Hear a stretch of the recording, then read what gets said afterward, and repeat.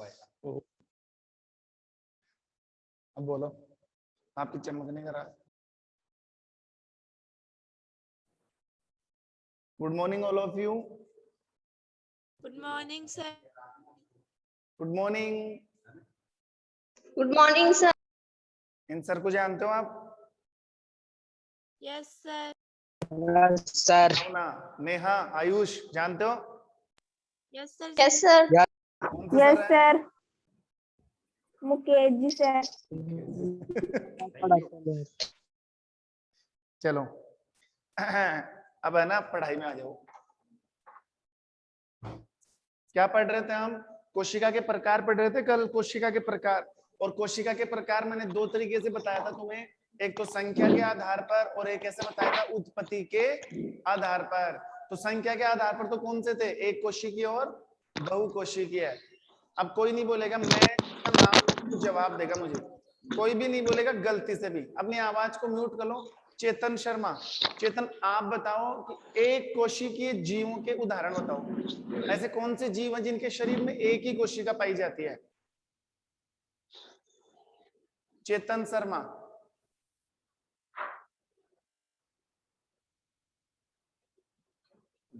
चेतन। शिवम आप बताओ। शिवम दीक्षित। हाँ सर। ऐसे कौन से जीव हैं जिनकी बॉडी में एक ही कोशिका पाई जाती है? एक कोशिकीय जीव। तो कौन से जीव है? उदाहरण पूछ रहा हूं मैं, उदाहरण। एक कोशिकीय जीव कौन से हैं? सर उदाहरण तो नहीं पता। हाँ, उदाहरण नहीं पता सर। क्यों नहीं पता? कल क्लास नहीं लिया आपने? नेहा आप बताओ। नेहा, नेहा चौधरी। अमीबा और पैरामीशियम। शाबाश, अमीबा और पैरामीशियम। फिर आपको क्यों नहीं पता शिवम दीक्षित है या फिर इससे पहले जो मैंने पूछा था? क्यों आपको क्यों नहीं पता लग रहा? आप ध्यान क्यों नहीं दे रहे क्लास के अंदर? तो अगर आप लाइव क्लास ले रहे हो, ऑनलाइन क्लास ले रहे हो, आप फोन लेके बैठे हो घर वालों का, तो आपकी जिम्मेदारी है कि आपकी पूरी ढंग से क्लास होनी चाहिए। ऐसा नहीं कि फोन लेके हम टाइम पास कर रहे हैं, उसके अंदर कोई मतलब ही नहीं। फिर इससे अच्छा क्लास मतलब आप, अगर आपका टारगेट ही टाइम पास करना है तो टाइम पास करने के लिए लाइव क्लास थोड़ी है। टाइम पास आप और भी तरीके से कर सकते हो। लाइव क्लास के अकॉर्डिंग टाइम पास नहीं करनी। ये क्लास ईमानदारी से चलती है और आप इसका पूरा फायदा उठाया करो। ऐसे हमें ऐसे ही नहीं गवाना क्लास को। तो ध्यान रखा करो, पूरा कंसंट्रेशन आपका बोर्ड पे होना चाहिए और फालतू में इधर उधर देखा भी मत करो। आपका वीडियो ऑफ रहता है, इसका मतलब ये नहीं कि सर आपको चेक नहीं करे, तो वो तो तुम्हारे ऊपर है। आप ध्यान दोगे क्लास के ऊपर तो देखो, कल लास्ट का जो टॉपिक था वो मैंने एंड किया था कि उत्पत्ति के आधार पर कोशिका दो प्रकार की होती है। उत्पत्ति के आधार पर, एक तो प्रोकैरियोटिक कोशिका और दूसरी कौन सी थी? यूकैरियोटिक कोशिका।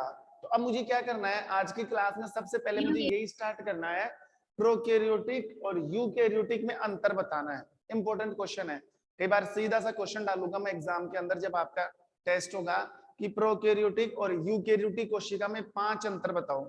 इसका मतलब तो आप समझ ही गए थे। प्रोकैरियोटिक कोशिका कौन सी होती है? पुरानी कोशिका। और यूकैरियोटिक कौन सी कोशिका होता है? एक सुविकसित और नई कोशिका। प्रोकैरियोटिक कोशिका की सबसे बड़ी पहचान ये थी कि उसके केंद्र के ऊपर झिल्ली नहीं पाई जाती है, जबकि इसके केंद्र के ऊपर झिल्ली पाई जाती है। प्रोकैरियोटिक कोशिका का एग्जाम्पल क्या है? भावना आप बताओ। मैंने कहा था कि एक ही ऐसे है जिनकी प्रोकैरियोटिक कोशिका होती है, बाकी सबकी कोशिकाएं यूकैरियोटिक होती है। तो प्रोकैरियोटिक कोशिकाएं किसकी होती है? निकिता आप बताओ। निकिता। जीवाणु। शाबाश, जीवाणु। केवल जीवाणु ही ऐसे हैं, केवल जीवाणु ही ऐसे जीव हैं जिनकी कोशिकाएं प्रोकैरियोटिक होती है। इधर आप डाल सकते हो, लगभग की भी कहने की जरूरत नहीं है, सभी जीव, लगभग भी नहीं लगाना आपको। जीवाणु के अलावा सभी जीव यूकैरियोटिक है, सभी के सभी जीव। तो ऐसे 5 अंतर हम ढूंढ सकते हैं। तो यही क्वेश्चन तैयार करना है। तो जैसे ये क्वेश्चन तैयार होता है फिर हम इसके अंदर पहुंचेंगे। कोशिका सिद्धांत, पहले मैं कोशिका सिद्धांत ही पढ़ाने वाला था पहले, लेकिन फिर मेरे माइंड में आया कि ये क्वेश्चन तैयार भी करवाना है, इनमें अंतर भी बताना है। ठीक है, तो अंतर देखो, अंतर क्या है? अंतर मैं लिख रहा हूं, ध्यान देना। प्रोकैरियोटिक कोशिका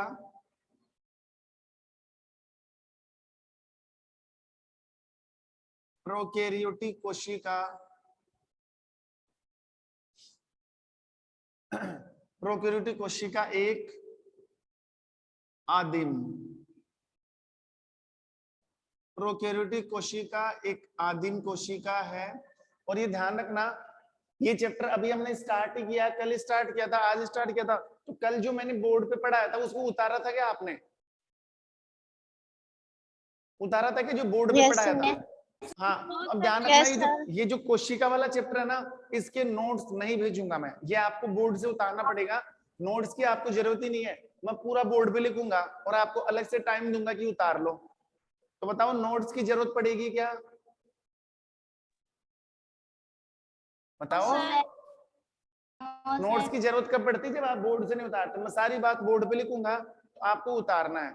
चलो कोई बात नहीं, जिसने कल का नहीं उतारा कोई नहीं, अब से जो भी चीज पढ़ाई जाएगी ना, सब आपको बोर्ड पे मिलेगा, पूरा का पूरा मसाला, और वहां से आपको मेंटेन करना है। आप रफ कॉपी में उतारोगे, क्योंकि नोट्स की कॉपी में तो उतारने बैठोगे, धीरे धीरे लिखोगे, तो आप रफ कॉपी में फटाफट लिख लेना, क्योंकि इतना टाइम मिलेगा नहीं, मैं फटाफट मिटाऊंगा। तो रफ कॉपी में लिख लेना, फिर जैसे लाइव क्लास आपकी खत्म होती है, बाद में जैसे सारी क्लासेस कंप्लीट हो जाती है, बाद में आप शाम को उनको फेर में क्या कर लेना, मेंटेन कर लेना। चलो बेटा 1 मिनट में आता हूं, थोड़ा सा काम है।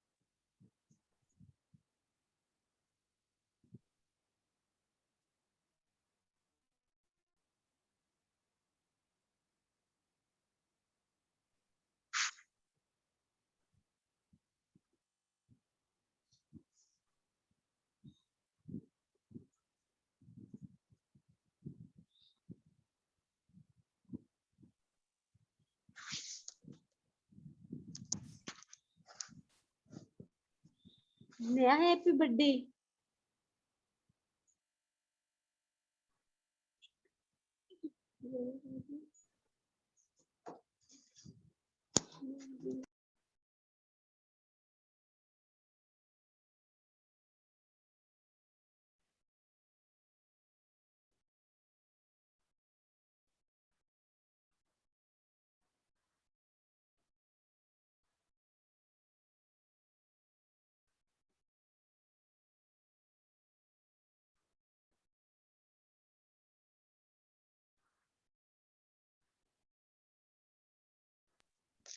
नया हैप्पी बर्थडे।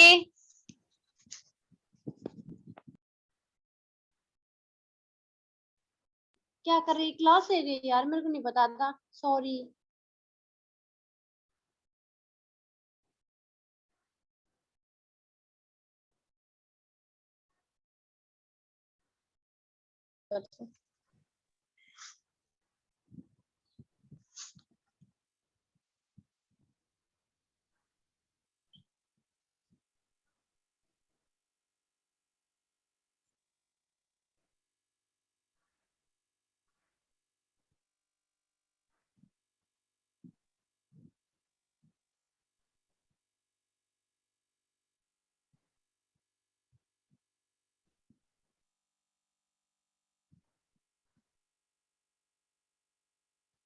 सिंचन की चलाओ ना वीडियो दीदी।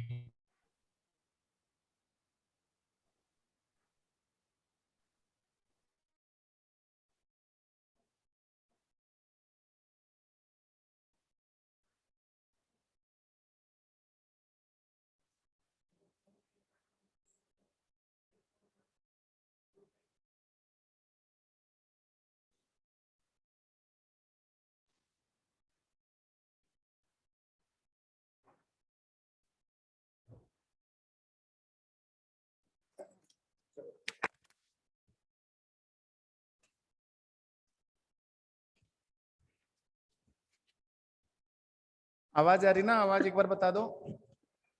Yes sir. ओके, चलो पढ़ते हैं, थोड़ा सा लेट हो गए। देखो ध्यान देना, क्या पढ़ रहे थे हम? प्रोकैरियोटिक और यूकैरियोटिक कोशिका में क्या कर रहे हैं? अंतर स्थापित कर रहे हैं। तो पहला अंतर क्या है? पहला अंतर, जो पहला पॉइंट है, वो आपको ये बताना है कि कौन सी कोशिका पुरानी है, कौन सी कोशिका नहीं है।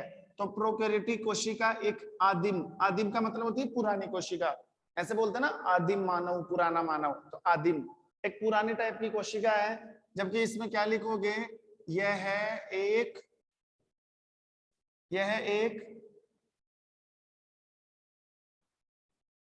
सुविकसित कोशिका है। यह एक सुविकसित कोशिका है। ठीक है, पहला पॉइंट बन गया। पॉइंट नंबर 2, पॉइंट नंबर 2 में आपको ये बताना है कि जो प्रोकैरियोटिक कोशिका होती है, जो प्रोकैरियोटिक कोशिका है, प्रोकैरियोटिक कोशिका का आकार, अब इसका आकार कितना होता है? ये छोटी कोशिका होती है। बैक्टीरिया की कोशिका है तो बैक्टीरिया तो नजर ही नहीं आते, इसका मतलब आकार छोटा है। प्रोकैरियोटिक कोशिका का आकार 1 से 10 माइक्रोमीटर होता है। 1 से 10 माइक्रोन।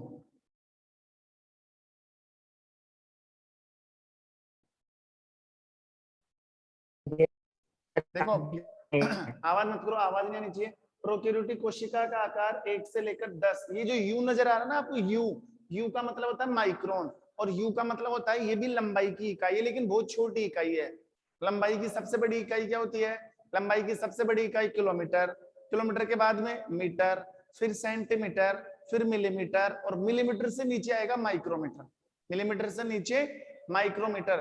तो आप माइक्रोमीटर बोल दो या माइक्रोन बोल दो, माइक्रोमीटर बोल दो या माइक्रोन बोल दो। तो प्रोकैरियोटिक कोशिका का आकार 1 माइक्रोन भी हो सकता है, 1 माइक्रोन भी हो सकता है, और 10 माइक्रोन, यानी कि 1 से लेकर 10 माइक्रोन तक हो सकता है।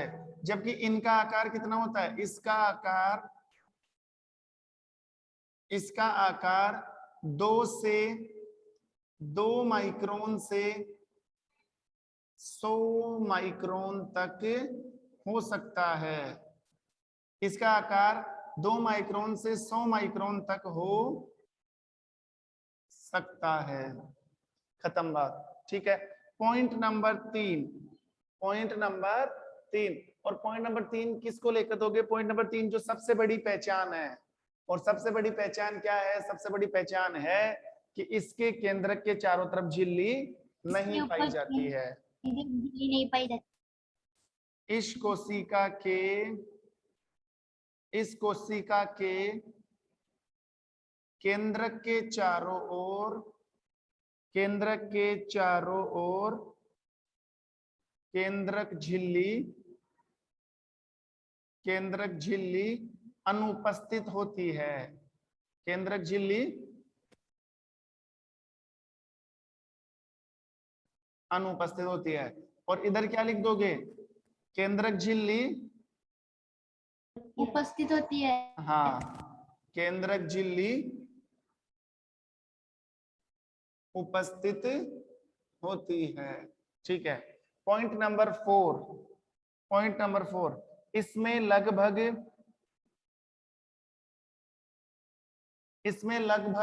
सभी कोशिकांग,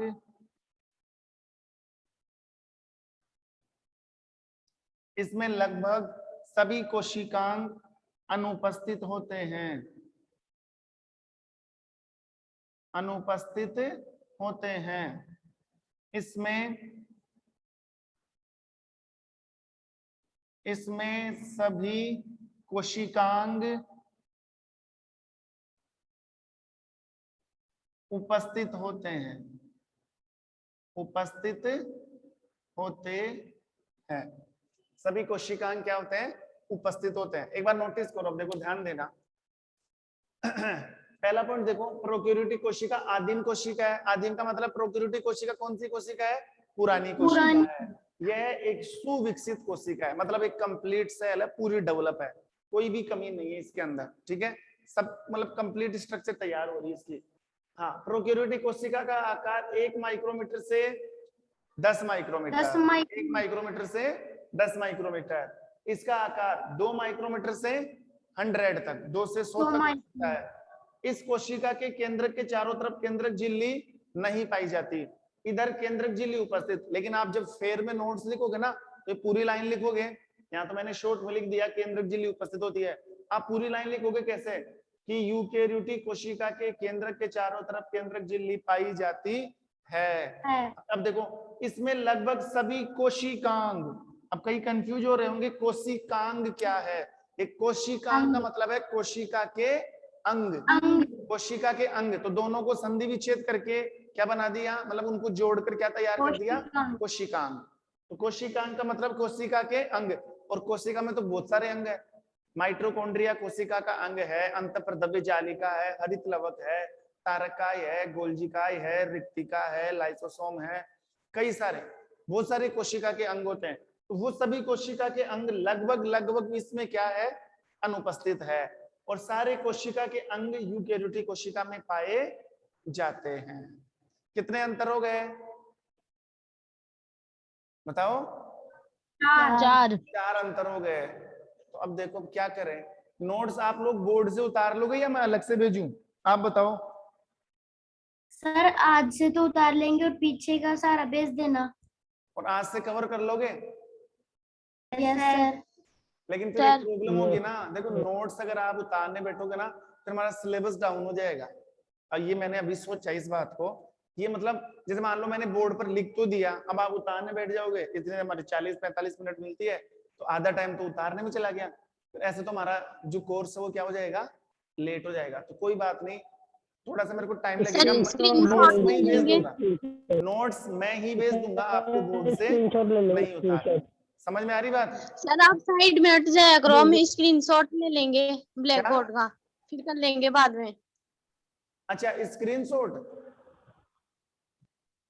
यस सर। नहीं कोई बात नहीं, नोट्स मैं भेज दूंगा, मैं बना के भेज दूंगा। अब हम ऐसा करेंगे कि पहले तो क्या होता था, मैं एक साथ नोट्स भेजता था तुम्हारे पास में, एक साथ नहीं भेजना। अब आपको डेली के डेली नोट्स मिलेंगे। डेली से मतलब है जो भी पढ़ा दिया गया उसका पूरा नोट्स, वो मैं कवर कर दूंगा। थर्ड चैप्टर के तो आए नहीं। सर पीछे के भेज देना। बोलो बेटा। थर्ड चैप्टर के नोट्स आए नहीं। हाँ मेरे को पता है, सारे नोट्स मैं कवर कर दूंगा। आज देखता हूँ जाके ना, थोड़ा सा टाइम लगेगा, मिल जाएंगे नोट्स। तो एक काम करो, नोट्स का लफड़ा आप मत रखो, नोट्स मैं ही भेज दूंगा। ऐसे टाइम खर्च होगा, अभी इनको उतारने में टाइम जाएगा। पॉइंट तो आपको समझ में आ गए पूरे? Yes sir. अब इसमें दिक्कत ये होगी ना, अभी देखो, अभी प्रोकैरियोटिक और यूकैरियोटिक कोशिका में अंतर पूरे ही नहीं हुए, अभी तो बहुत सारे अंतर बताने मुझे। अभी तक तो मैंने कितने अंतर बताए? 4। अब देखो 5वां अंतर देखना, 5वां और 6वां अंतर।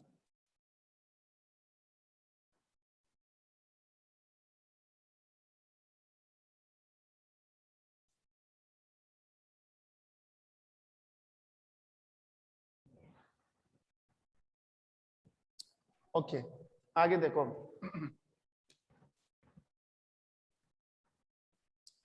पॉइंट नंबर 5, पॉइंट नंबर 5 ये है कि प्रोकैरियोटिक कोशिका में, प्रोकैरियोटिक कोशिका में, प्रोकैरियोटिक कोशिका में एक कोशिका का अंग, एक कोशिका का अंग, और उसका नाम है राइबोसोम। एक कोशिका का अंग राइबोसोम पाया जाता है। राइबोसोम, राइबोसोम भी कौन सा? 70S। राइबोसोम पाया जाता है, ठीक है। और इधर नहीं, प्रोकैरियोटिक कोशिका में, इसको छोड़ो, प्रोकैरियोटिक कोशिका में 70S राइबोसोम, प्रोकैरियोटिक कोशिका में 70S राइबोसोम पाया जाता है, ठीक है। और यहाँ पर यूकैरियोटिक कोशिका में, यूकैरियोटिक कोशिका में 80S राइबोसोम पाया जाता है। एक बार मैं लिख देता हूं फिर समझाता हूं पूरे पॉइंट। पॉइंट नंबर 6, इसमें एक ही गुणसूत्र पाया जाता है, ठीक है। और इसमें एक से अधिक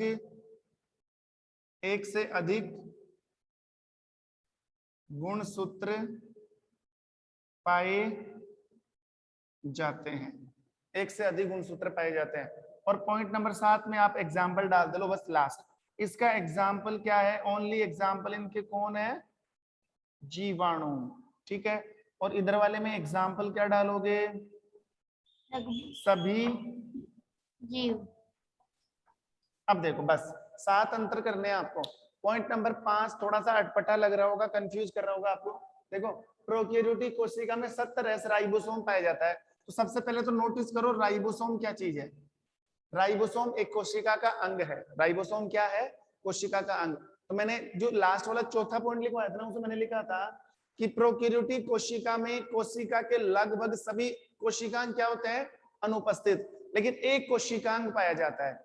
राइबोसोम कोशिका का अंग है, लेकिन ये प्रोकैरियोटिक कोशिका में भी पाया जाता है, और यूकैरियोटिक में तो होगा ही होगा, इसमें पाया जाता है। लेकिन ध्यान रखना राइबोसोम 2 प्रकार के होते हैं, एक 70S और एक 80S। अब ये 70S 80S का क्या लोचा है ये आप बाद में समझोगे, अभी इस चीज को छोड़ दो। जब मैं तुम्हें राइबोसोम पढ़ाऊंगा ना डिटेल से, तब बताऊंगा 80S क्या चीज है। ये 80 के आगे क्या लगा हुआ है? S, ठीक है। और इधर कौन सा S बताओ? 70S। अब मुझे बताओ प्रोकैरियोटिक कोशिका में कौन सा राइबोसोम पाया जाता है? 70S। जोर से बोलो। 70S। 70S।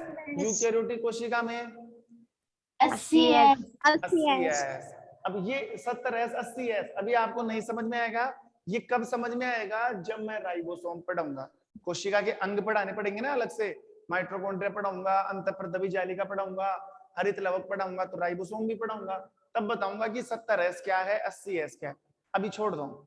नेक्स्ट, इसमें एक ही गुणसूत्र पाया जाता है, इसमें एक ही गुणसूत्र पाया जाता है। और गुणसूत्र कहां पर पाए जाते हैं? ध्यान रखना, गुणसूत्र पाए जाते हैं केंद्रक के अंदर। कल मैंने बताया था गुणसूत्र को डीएनए भी बोलते हैं। गुणसूत्र को क्या बोलते हैं? डीएनए। और डीएनए और गुणसूत्र कोशिका में कहां पर पाए जाते हैं? केंद्रक में। केंद्रक के अंदर। ध्यान रखना, गुणसूत्र होते हैं ना, गुणसूत्र एक आनुवंशिक इकाई है, और आनुवंशिक इकाई का मतलब है गुणसूत्र माता पिता से संतान में जाते हैं। हमारे अंदर जो गुणसूत्र आए ना, वो हमारे माता पिता के आए हैं, और माता पिता की जो गुणसूत्र है वैसे ही संतान बनती है। मतलब माता पिता के जैसे बाल होते हैं ना, वैसे संतान के बाल होते हैं। जैसे पिता की हाइट होती है उतनी संतान की हाइट होती है। तो वो सब गुणसूत्रों का काम है। ये आप कब समझोगे? जब मैं केंद्रक पढ़ाऊंगा तुम्हें। तो ये गुणसूत्र है, और इसमें एक से अधिक क्या पाए जाते हैं? गुणसूत्र पाए जाते हैं। इसका एग्जाम्पल क्या है? जीवाणु। इसका एग्जाम्पल क्या हो गया? लगभग सभी जीव। तो बताओ प्रोकैरियोटिक और यूकैरियोटिक में कितने अंतर बता दिए मैंने? 7 अंतर। 7। क्वेश्चन आपका तैयार हुआ कि नहीं हुआ? Yes sir. Okay. Yes sir. अब ये हमारे पास थोड़ा सा टाइम है, कोशिका सिद्धांत पूरा कर लेते हैं। छोटा सा ये कोशिका सिद्धांत।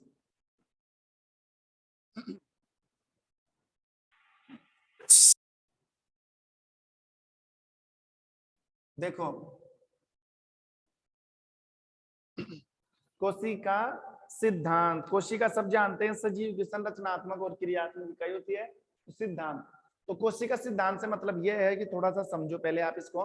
कोशिका सिद्धांत से ये मतलब है कि कई वैज्ञानिकों ने कोशिका के बारे में जानकारी दी, ठीक है, और कोशिका के लिए एक सिद्धांत बनाया कि कोशिका में कौन कौन से गुण होते हैं। कोशिका में, जैसे मैं बात बताऊं, कई बार हम क्या करते हैं, अपने ऊपर कुछ सिद्धांत लागू करते हैं, ठीक है, हम कुछ सिद्धांत बनाते हैं कि आज से मैं ये नहीं करूंगा, आज से मैं वो नहीं करूंगा, आज से मेरे को इन इन चीजों का फॉलो करना है, आज से मेरे को ये गंदी चीजें छोड़नी है, गंदी आदतें छोड़नी है।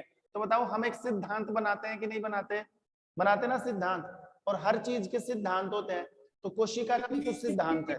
सिद्धांत से मतलब है सभी सजीवों का शरीर कोशिका से बना हुआ है, ठीक है। कोशिका अपने आप में एक महत्वपूर्ण इकाई है। कोशिका में केंद्रक होता है जिसमें गुणसूत्र पाए जाते हैं। ये सब चीजें हमें सिद्धांत में पढ़नी है। और कोशिका सिद्धांत दिया गया था 1838 के अंदर। कब दिया गया? 1838। और किसके द्वारा दिया गया? गीवन बाई का मतलब किसके द्वारा दिया गया?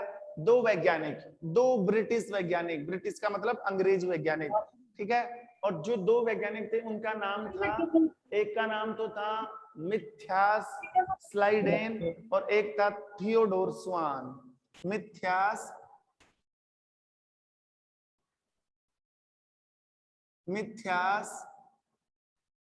स्लाइडेन और दूसरे वैज्ञानिक का नाम था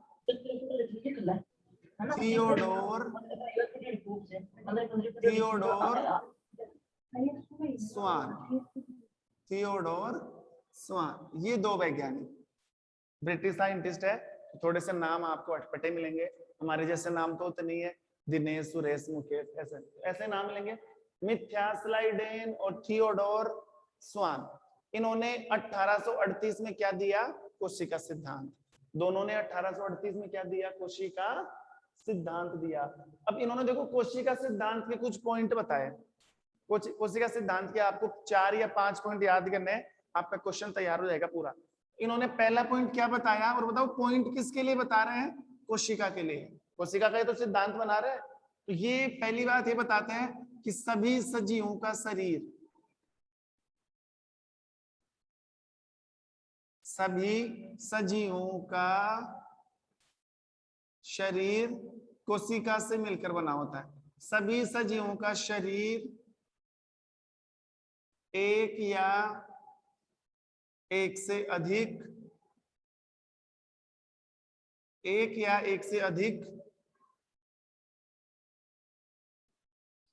कोशिका से मिलकर बना है। ये पहला पॉइंट हो गया कि सभी सजीवों का शरीर एक या एक से अधिक कोशिका से मिलकर बना है। ये बात तो हम भी जानते हैं, और ये एक सिद्धांत वाली बात हो गई कि एक कोशिका का गुण हो गया कि जो भी सजीव है इस दुनिया में, जो भी जीव है, जो भी सजीव है, उन सब का शरीर किससे मिलकर बना हुआ है? कोशिका से। अब शर्त यह है कि कुछ जीवों के अंदर एक कोशिका होती है, तो कुछ जीवों के अंदर एक से अधिक कोशिका होती है। तो ये कोशिका सिद्धांत का पहला पॉइंट, ठीक है। पॉइंट नंबर दो ये है कि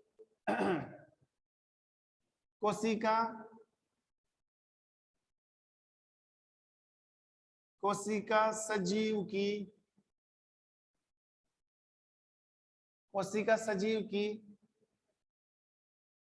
स्वदात्री, कोशिका सजीव की या ऐसे लिख सकते हो, कोशिका सजीव की स्वयं के कार्य करने की इकाई है। स्वयं के कार्य करने की इकाई है। स्वयं के कार्य करने की इकाई है। अभी बता दूंगा, पहले एक बार लिख देता हूं फिर समझाता हूं। पॉइंट नंबर 3 आप डालोगे, ये हो गया। हाँ,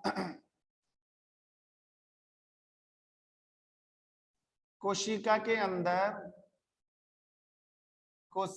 अंदर सजीव की सभी सजीव की सभी क्रियाएं निहित होती है। सजीव की सभी क्रियाएं निहित होती है।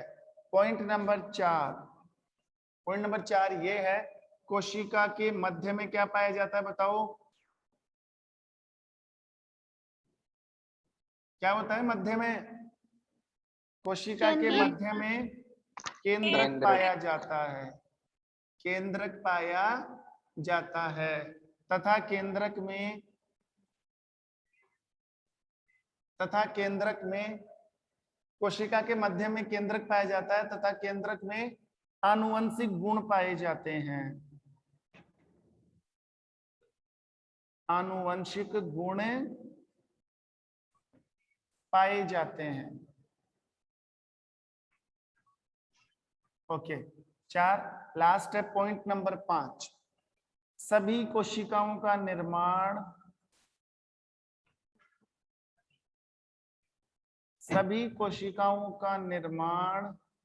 पूर्ववर्ती कोशिका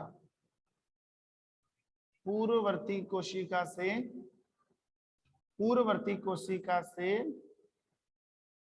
हुआ है। ओके ये लो, ये कोशिका सिद्धांत आपका कंप्लीट। कितने पॉइंट तैयार करने हैं आपको? सिर्फ 5 पॉइंट।